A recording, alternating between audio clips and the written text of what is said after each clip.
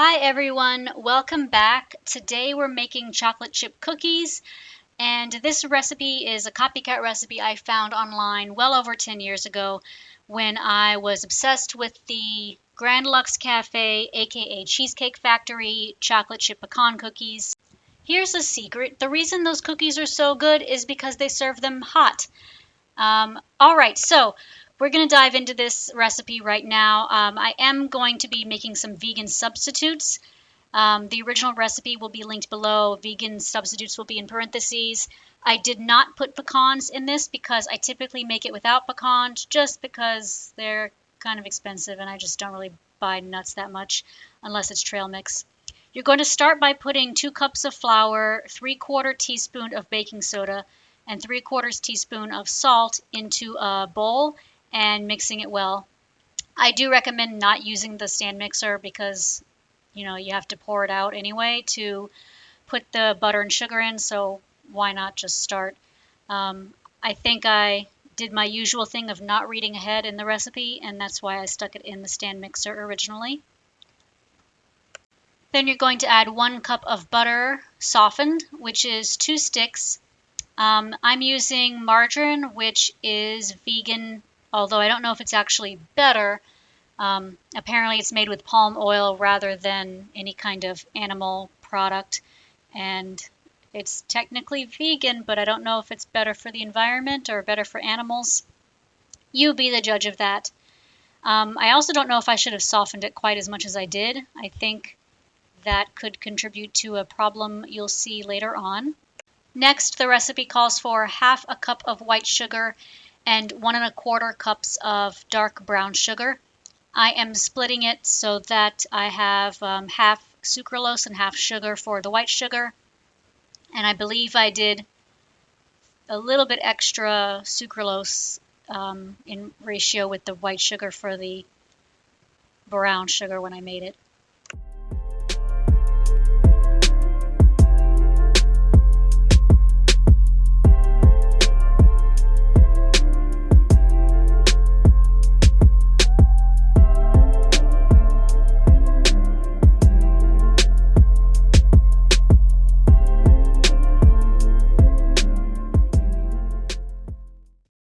So this is 1/4 cup of sucralose. I need 1 1/4 cup of brown sugar. I'll be making brown sugar myself, mixing sucralose and sugar with molasses. I usually do a little bit more sucralose to sugar when I'm making brown sugar just because the molasses is quite sweet. I find that I don't taste the sucralose as much. So that so far was 1/2 cup of sugar. But I think I just accidentally cut some seams because it looks like more than 1/2 cup in that bowl. And then we'll be adding some molasses and mixing with our hands to make brown sugar.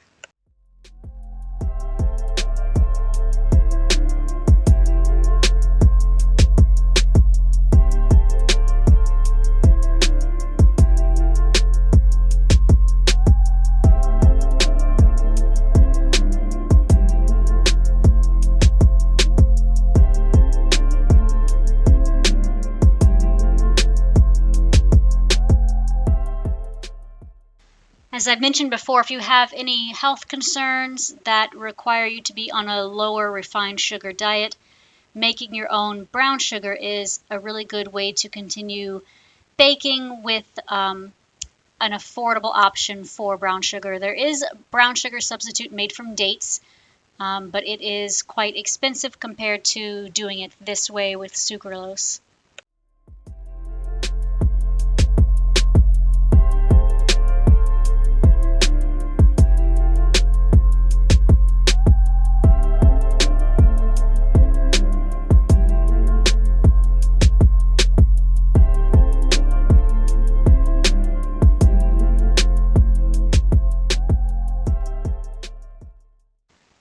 This probably ended up being about 2 tablespoons of molasses for 1 1/4 cup of sugar.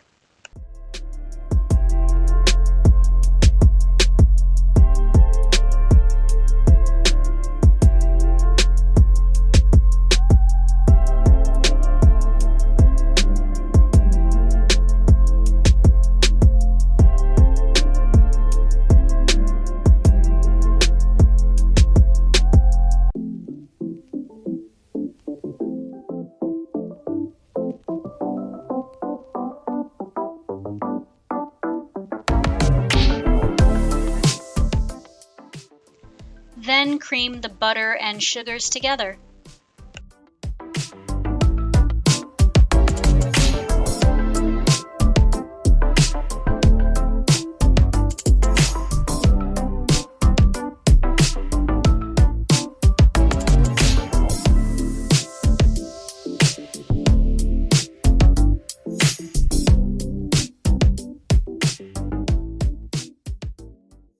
We're going to add 2 teaspoons of vanilla extract, and then the original recipe calls for 2 eggs.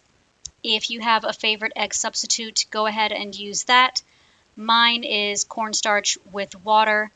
1 tablespoon of cornstarch mixed with 3 tablespoons of water equals 1 egg. So I'm going to do 2 tablespoons of cornstarch and 6 tablespoons of water. And then I'll whisk that together and add it to the stand mixer.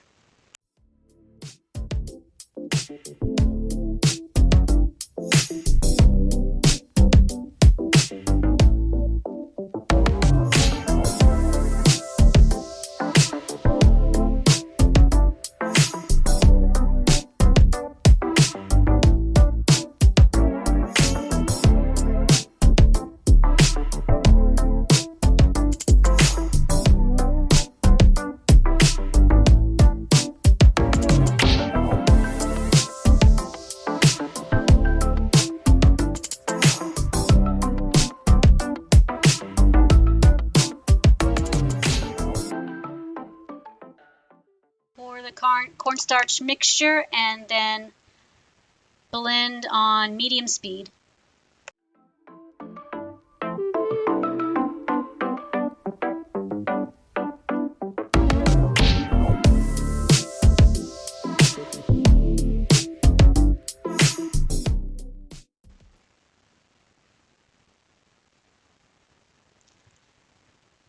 So as you can maybe see, something bad happened here, and it's not incorporating.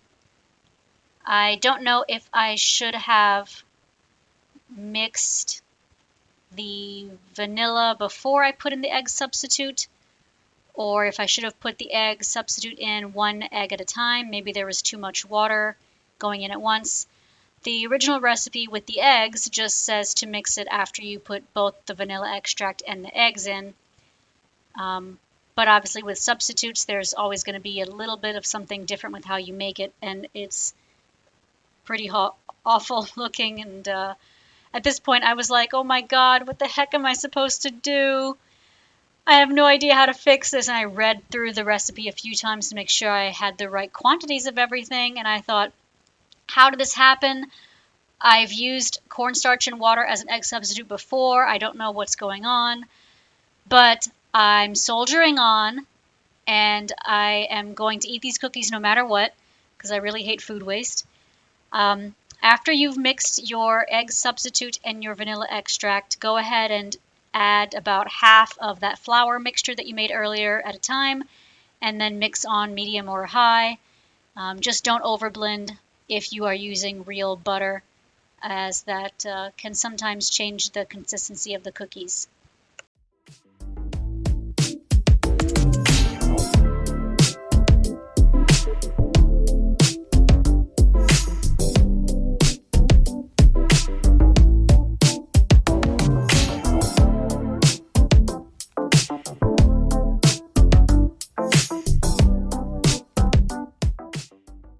So sadly, the dough looks kind of like a whipped cake batter.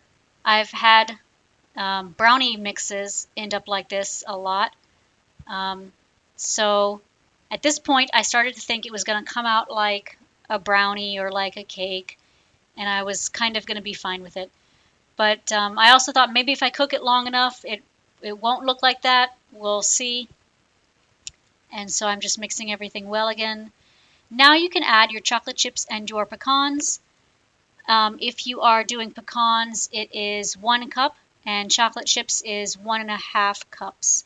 The recipe also says dark chocolate is what the Cheesecake Factory uses. I'm using sugar-free, and I think they are dark, but they may be kind of a very light dark because they don't taste too They don't taste too bitter. And then you just fold them in. You don't need to mix it too long. You just kind of want it, slightly well incorporated.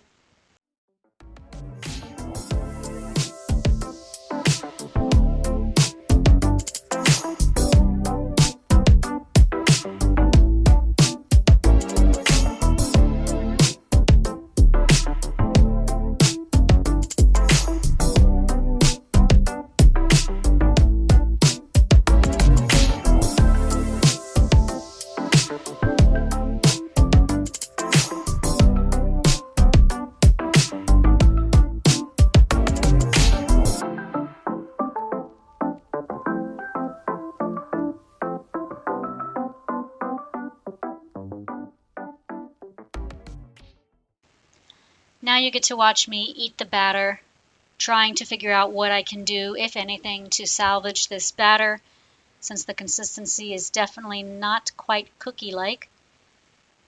And I try to, when I'm like cleaning this thing off, I try to put some of it in the dough because, I don't know, it's like, I don't want to have, it doesn't make that much of a difference, but what if it makes one cookie the right size and it would be too small otherwise? But it's also too tempting to not just eat it right now. And if you're worried about salmonella, you don't have to for this recipe because we're making it without any eggs, so ha ha ha. So the dough is looking like a whipped ice cream kind of. It looks, I don't know how to describe it. It looks like whipped cream, but thicker and more solid. We're going to go ahead and refrigerate it. I'm refrigerating it for 4 hours because I wanted to make this all in one day. And I have done that in the past, but you should be really refrigerating it for 8 hours or overnight. I kind of don't really know if it even gets harder after a certain amount of time. Like, there's got to be a certain amount of time that passes in the fridge where your cookies or your batter or whatever is done solidifying. It's done doing its thing that it's supposed to do in the cold temperature. I don't think it happens right at the 8 hour mark. I'm pretty sure it happens a lot sooner than that because I have made other cookies, like sugar cookies and snickerdoodles, refrigerating it for about half the time I'm supposed to, and they turn out fine. I should have maybe just gone through with the whole 8 hours because of this dough being crazy, but then I also thought, well, the dough's crazy anyway. The 4 hour mark isn't going to fix it. It's not going to magically get better because I refrigerated for 8 hours. It's not going to turn it into the perfect cookie. I knew it was already going to not be a great cookie.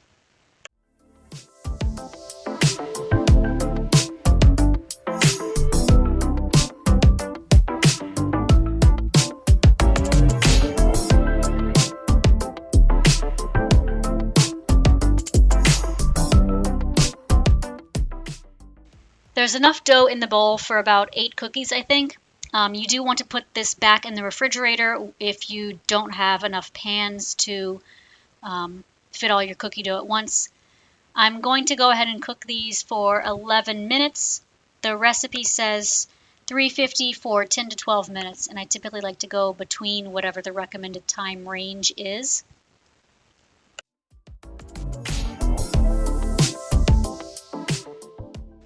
This is what they looked like after 11 minutes, and they're a little puffy and not as dark as I think they should be.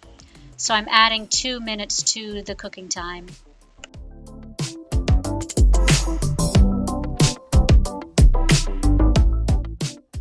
And this is what they looked like after those 2 minutes.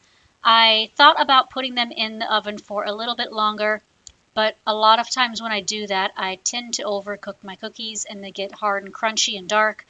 And I didn't want that to happen. I thought even if I ruined the batter and they're going to be more like cake, I'd rather they be like cake that was cooked at the right time and not overcooked, if that makes sense.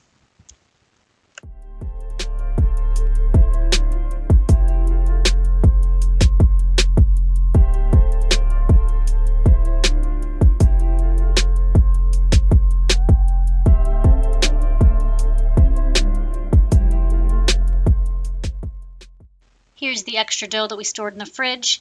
And if I didn't mention before, the reason you want to put it back in the fridge is because the butter can start to melt, or the margarine, or whatever you're using as your butter substitute. It can start to melt on the counter, especially if you're in a small kitchen and the temperature is in the 70s, or you have it close to the stove. So stick it back in the fridge just to make sure that the butter doesn't melt and that your cookies are the same like consistency for each batch. Otherwise, the second batch will be a lot flatter and thinner. And I'm going to cook these for the full 13 minutes the first time around, since that's the temperature that the other ones ended up being done at. So here are the cookies. They're cooling right now. They're still kind of warm, but not that warm. And they're definitely evenly colored and cooked all the way through. It's definitely it's really like a really good hybrid of cookie and cake, honestly. I don't know what happened to the batter. I swear to God, if you tell me in the comments what I did wrong, I will love you forever. But the cookies still tasted good, and honestly, I still can't get enough of them. They're delicious, even though they're not cookie texture. They are a good mix of cookie and cake texture. And honestly, sometimes like that's fine. It's what happens whenever you bake. Not everything is going to turn out perfect every single time, and it's still good. So eat your food.